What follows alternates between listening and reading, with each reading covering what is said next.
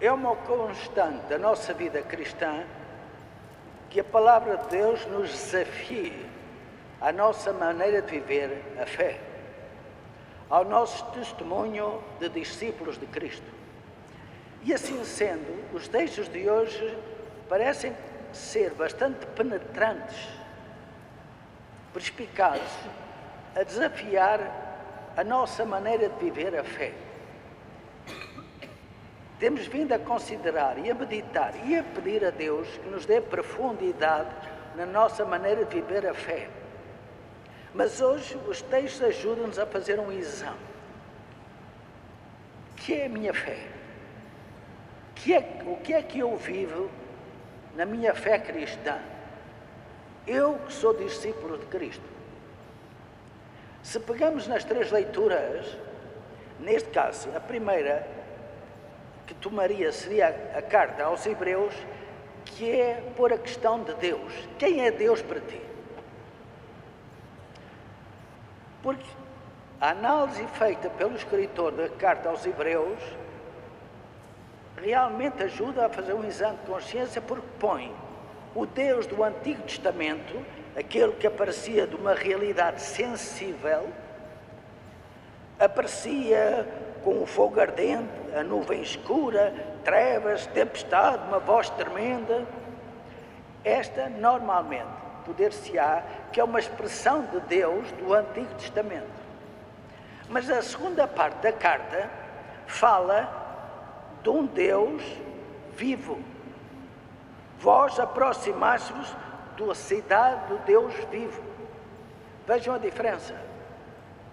A primeira parte muito sensível, com expressões muito humanas, a voz forte e tremenda, poderoso, majestoso. A segunda diz, não, o Deus é vivo, que depois se expressa ainda mais com a presença de Cristo, que assumiu a nossa natureza humana, e como digo sempre, na concepção, no nascimento, na infância, na adolescência, na juventude, homem adulto, como todos, e até a experimentar a morte, que é própria da nossa natureza frágil. E a carta está a dizer, atenção, o Deus que somos chamados a viver é este, o Deus vivo, que está tão próximo de nós, que mandou o seu próprio Filho de condição divina a assumir a natureza humana, com a nossa história, a nossa realidade, em tudo igual a nós, exceto no pecado. Portanto, como é que está a minha visão e a minha compreensão de Deus?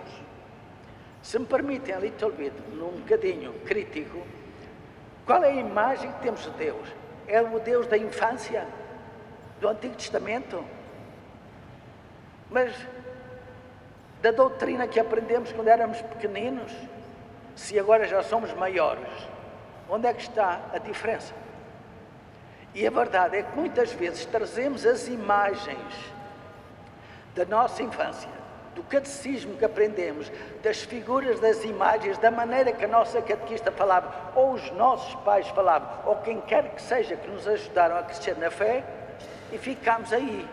E o Deus vivo, o Deus que se manifesta em Jesus Cristo, a consciência da tua própria história, da tua própria personalidade, à imagem e semelhança do Senhor Jesus, que fala com o Deus vivo. Quantas vezes o Senhor Jesus fala Pai, Pai, Pai, ou é conduzido pelo Espírito Santo, que é o que somos chamados a viver. Mas se eu vivo no meu Antigo Testamento, mais ainda, quantas vezes a nossa compreensão de Deus é a imagem e semelhança do papá ou da mamã? Quantas vezes dizemos que Deus é rígido, que castiga, que é isto? Tantas vezes estas imagens vamos buscá-las à infância, desde os pais aos catequistas ou àqueles que estiveram connosco, diria um bocado próprio de criança. Mas quantas vezes vamos atualmente, com adultos, permitam-me dizer, os adultos, estamos ainda a viver com o que aprendemos aos 7, mas se agora temos 37, 47, 57 em vez dos 7, e continuamos com esta imagem de Deus. Logo, a experiência cristã é sempre viva e nova, como se fala hoje também, o ser novo, uma vida nova. Mas muitas vezes a questão da religião, a relação com Deus, fica no passado. E trago aquilo quando aos 27, 37, ou 47, ou 57, ou 60 e tal, já deve ser outra coisa. Onde deve crescer a intimidade e o conhecimento pessoal de Deus. Ele é pessoa e revela-se como pessoa. E trata-nos a nós como pessoas preciosas aos seus olhos. E que nos ama profundamente como pessoa e com o meu próprio nome. Portanto, a primeira realidade a ter ser vista e compreendida na nossa caminhada de fé é o próprio Deus que eu estou a conceber. O Deus que é sempre novo, mas para mim acaba por ser sempre passado, para não dizer que é o velho, do Velho Testamento, e ficou ele. Claro, eu não ganho interesse na minha vida cristã.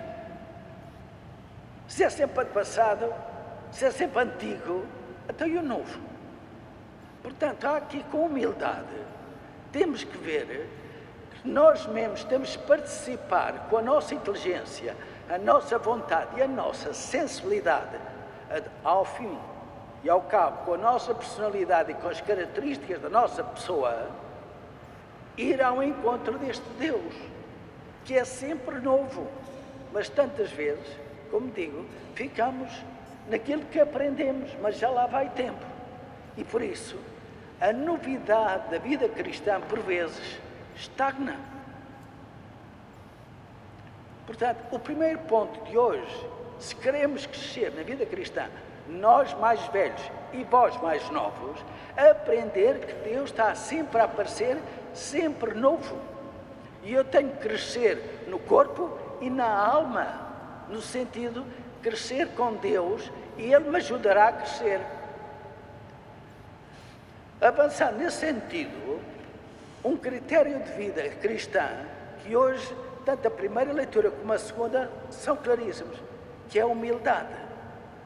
O peneirento, ou peneirenta, ou vaidosa, ou orgulhoso e tudo isso, bloqueia a experiência de Deus.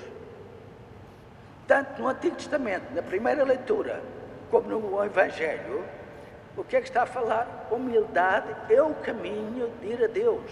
Se eu estou convencido, a minha racionalidade, a minha razão e tudo isso, ou a minha afetividade e a força de vontade, eu é que vou ao encontro de Deus e eu faço o Deus à minha imagem e semelhança, mas a gente aprende, nós é que fomos feitos à imagem e semelhança de Deus. Por isso é que a primeira leitura do Antigo Testamento e Jesus no Novo Testamento nos fala, o caminho de Deus é a humildade. Se estás convencido, quase que faça um ídolo de ti mesmo, vais tu ouvir o verdadeiro Deus? Não vais. Por isso é que a primeira leitura é claro, filho, filha, em todas as tuas obras procede com humildade. Podes ser um talentoso ou talentosa. Os dons não é o problema que o Senhor te possa dar. Agora, não te faças esperto e mais que o próprio Deus, que muitas vezes, armamos-nos em espertos e fazemos que até é um atraso de vida conhecer a Deus. Ser íntimo e piedoso, quantas vezes entre nós parece não desenvolvido suficientemente, é um atrasado. Caríssimos, a palavra de Deus vem a dizer, o caminho da humildade é fundamental. Vejam o Senhor nu, na cruz, morto, por mim e por ti, por todos nós. Ele que era de condição divina, fez homem igualzinho a nós, exceto no pecado. E sofreu a maior barbaridade que se pode acontecer na figura humana. Para quê? Para que na humildade nos desse o caminho do céu. Mas para ir mais concreto, o Evangelho traz-nos dois aspectos do caminho da humildade, para não dizer no caminho se queremos crescer em Deus. e são muito reais e muito imediatos na nossa vida e particularmente em Macau. Primeiro,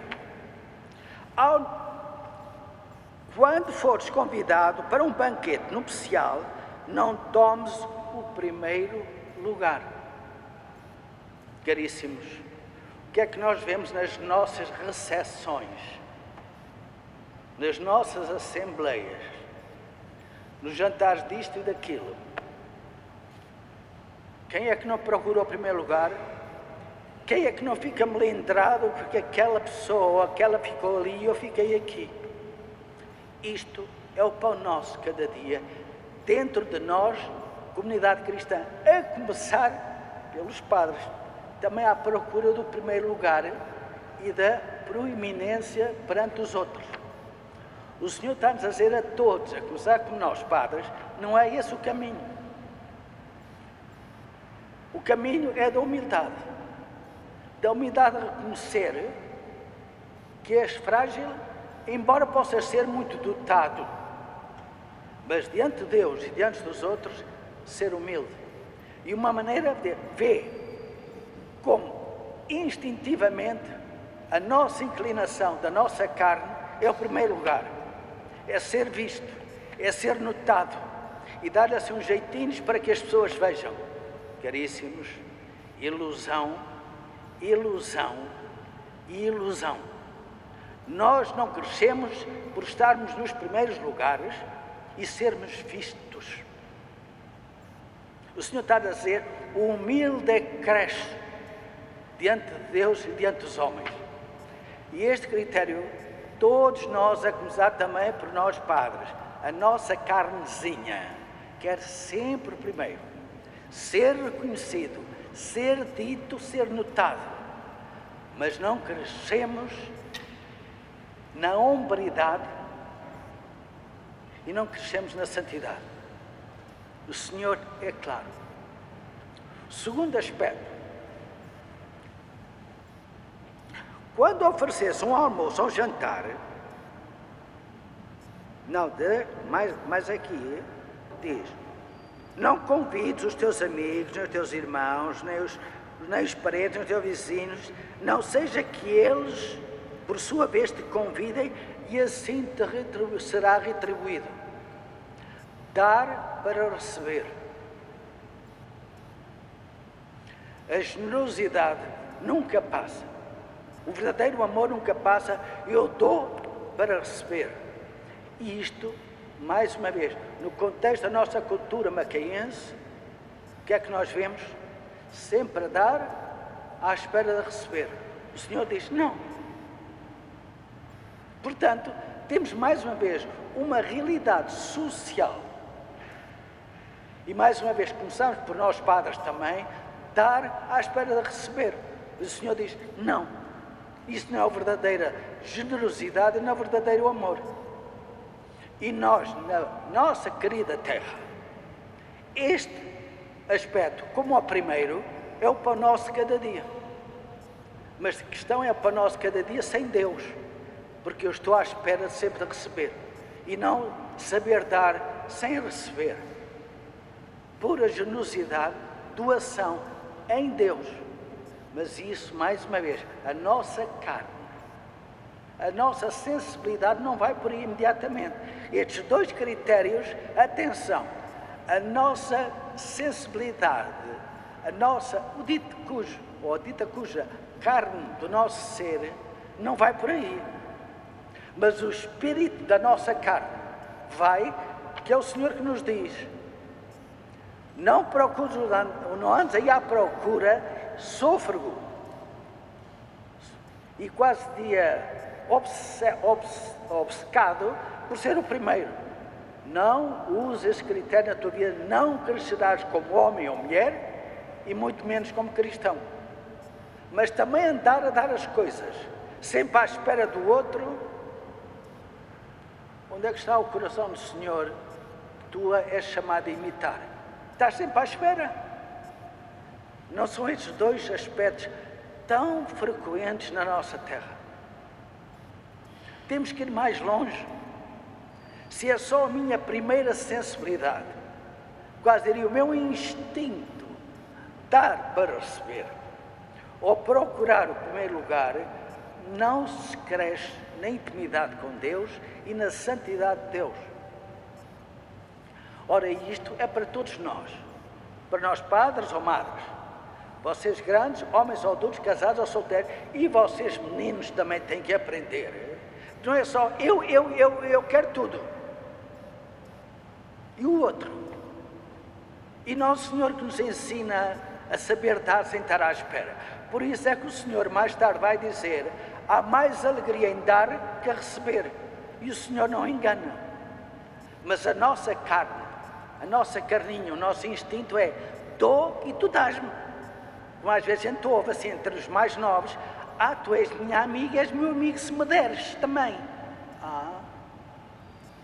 Mas o Senhor não diz isso, nem aos meninos, nem às meninas, nem aos adultos, senhores e senhoras.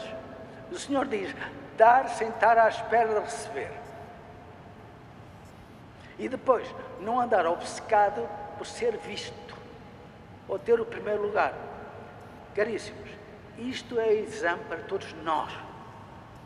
Se queremos crescer em Deus, temos que transformar os nossos critérios de vida. Senão somos mundanos. Onde é que está o sentido de Deus?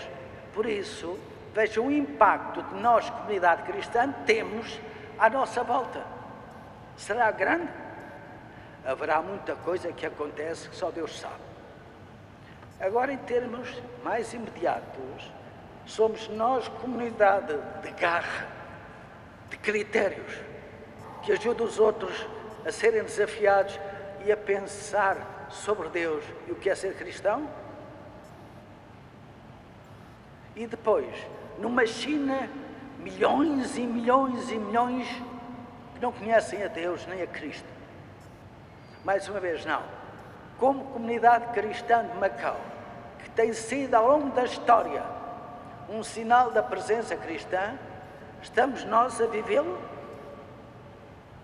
E mais uma vez, o exame é para nós padres, para nós madres, homens e mulheres casados ou solteiros, meninos ou meninas. Todos somos chamados a dar um sinal de Deus e do Senhor Jesus onde estivermos.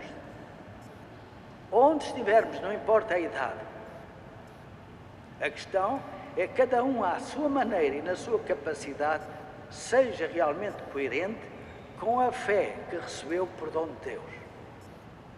Peçamos ao Senhor esta graça de compreensão da sua presença em nós. E por intercessão dos santos, Nossa Senhora Padroeira de Macau, que saibamos ser sempre, ou consigamos ser sempre, testemunhos verdadeiros da presença de Deus nesta terra de Macau, neste grande país que é a China.